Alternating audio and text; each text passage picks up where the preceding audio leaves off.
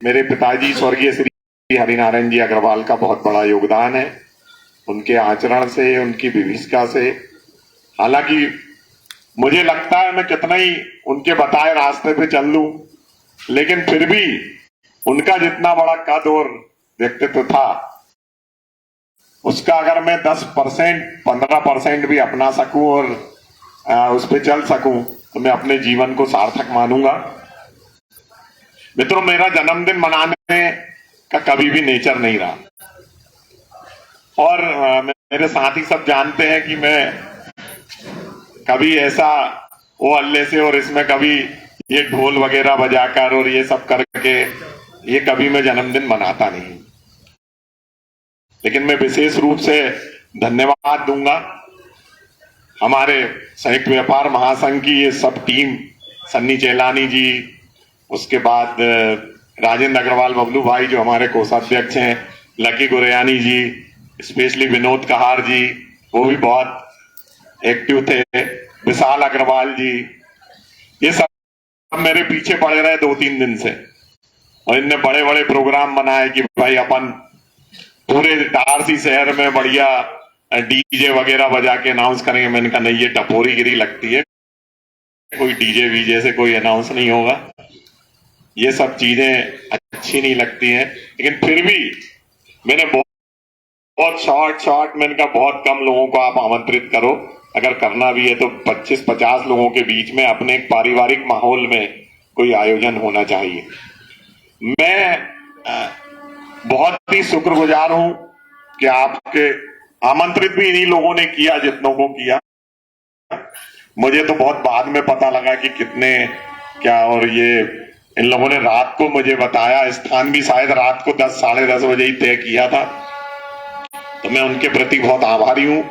दूसरा, मेरा एक परिवार और है, पीएसए, प्राइवेट स्कूल एसोसिएशन, ये भी एक बहुत श्रमद्ध परिवार है, ये सब एजुकेशन से जुड़े लोग हैं, और मेरा ये मानना है कि अपने क्षेत्र सहित इटारसी, मध्य प्रदेश, होशंगाबाद जिला, नर्मदापुरम जिला और पूरे देश में अगर इस देश की दशा दिशा और विपरीत परिस्थिति में अगर सेक्रीफाइस करके अगर कोई लोगों को शिक्षित कर रहा है और समाज को दिशा दे रहा है, तो उसमें प्राइवेट स्कूलों का बहुत बड़ा हाथ है।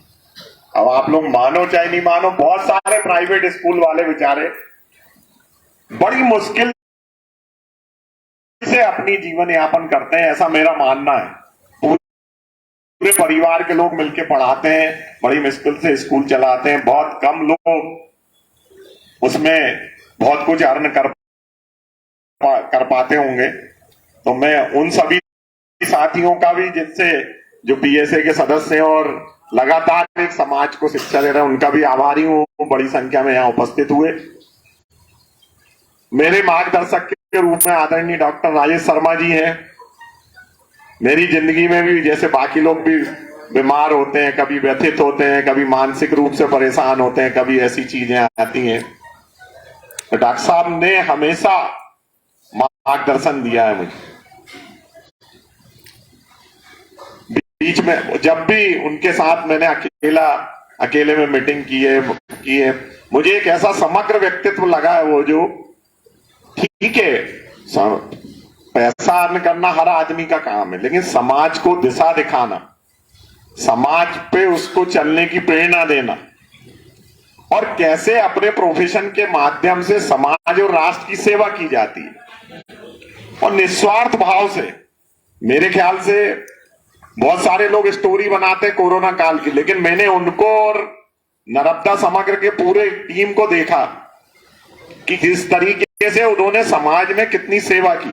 मनोज भाई हैं, मनोज सारंग जी एक प्रेरणा है इटारसी के लिए। मैंने जो जितना महसूस किया, कोई भी ऐसा मेडिकल से रिलेटेड या उससे काम होता, उनको फोन कर दो, वो हमेशा तैयार रहते थे। मुझे याद है जब मेरे बेटा बाहर से आया, उसको प्रॉब्लम लग रही थी, डॉक्टर जयसवानी जी ने बोला कि इसका सिटी स्कैन कराना। मैंने मनोज भाई को फोन किया, तो बोले दीपक भाई आप आ जाओ। रात को 10:30 11 12 बज गए होंगे शायद, मैं पहुंचा। मनोज भाई ने सिटी स्कैन मशीन सब तैयार करके रखी थी और वो करके दिया। मतलब कैसे स्वास्थ्य, नहीं तो स्वास्थ्य फील्ड बहुत बदनाम है, लेकिन उसके माध्यम से किस प्रकार से सेवा की जा सकती है, इसका समग्र उदाहरण डॉक्टर राजेश शर्मा और उनका पूरा नर्मदा समग्र परिवार है। सिर्फ डॉक्टर साहब ही नहीं, लेकिन जैसा बीज वो बोते हैं वैसा ही स्टाफ फॉलो करता है। और इन सबसे ऊपर मेरा मित्र मंडल, हालांकि मेरा खुद का मानना है कि मेरा नेचर बहुत अच्छा नहीं है, बहुत ठसकी और शॉर्ट टेम्पर, अब थोड़ा थोड़ा तो कम हो गया हूं मैं, लेकिन शॉर्ट टेम्पर में बहुत रहा हूं।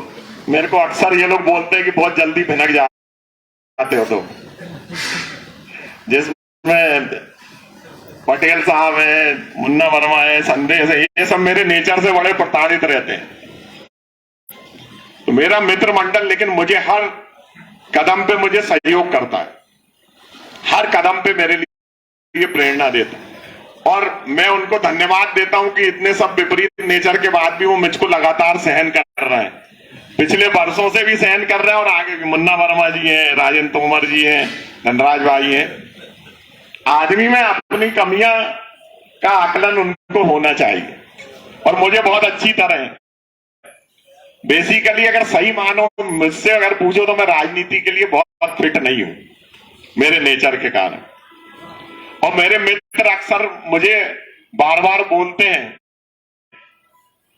बोले अगर तुम्हारा ऐसा नेचर नहीं होता तो तुम बहुत लंबे जाते, बहुत आगे राजनीति में उठते। लेकिन मेरा ये मानना है कि मैं ओरिजिनल जो भी हूं आज, मेरी जो भी छवि है, मेरे उसी नेचर के कारण है। और हो सकता है मेरे अपने सिद्धांत हैं, मेरी अपनी बातें हैं, मुझ में जो अक्खड़पना है, अक्खड़पना है, वो अपने आप में वो मेरी क्वालिटी भी है, और डिस्क्वालिटी सार्वजनिक जीवन में या राजनीति में डिस्क्वालिटी भी हो सकती है। लेकिन फिर भी मैं उन सबका बहुत आभारी हूं। बहुत बड़ी संख्या में खासकर व्यापारियों ने मुझे बहुत प्यार दिया है, और बहुत सी भ्रांतियां आजकल लोगों ने जरूर उड़ा रखी है कि ये एकमात्र संगठन पे कब्जा किए हुए हैं, ये किए वो। मित्रों, मैं तो आपको बता दूं, मैं कभी किसी दीपक अग्रवाल को किसी अपनी पर्सनल इमेज बनाने के लिए किसी व्यापारी संगठन की बिल्कुल जरूरत नहीं। ये मेरे साथ वाले और मेरे क्लोज वाले सब जानते हैं, मैं अपने आप में खुश रहता हूं, मुझे कोई दिक्कत नहीं है।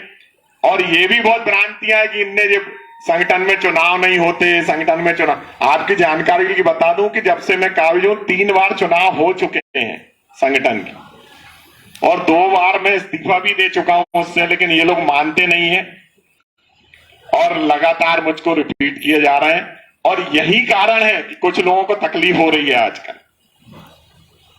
अब ये तो सब चलता रहता है, वो होता रहता है। मैं विशेष तौर पर आदरणीय सुधीर भैया बैठे हैं, गोठी जी, गोठी परिवार ने हमेशा मुझे मार्गदर्शन दिया है।